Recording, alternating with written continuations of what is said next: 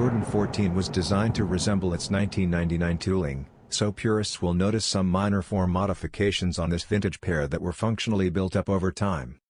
In spite of this, Jordan brand faithfully resurrects the colorway, combining elements of vibrant yellow across the profile with challenge red lining and a sleek silver midfoot shank.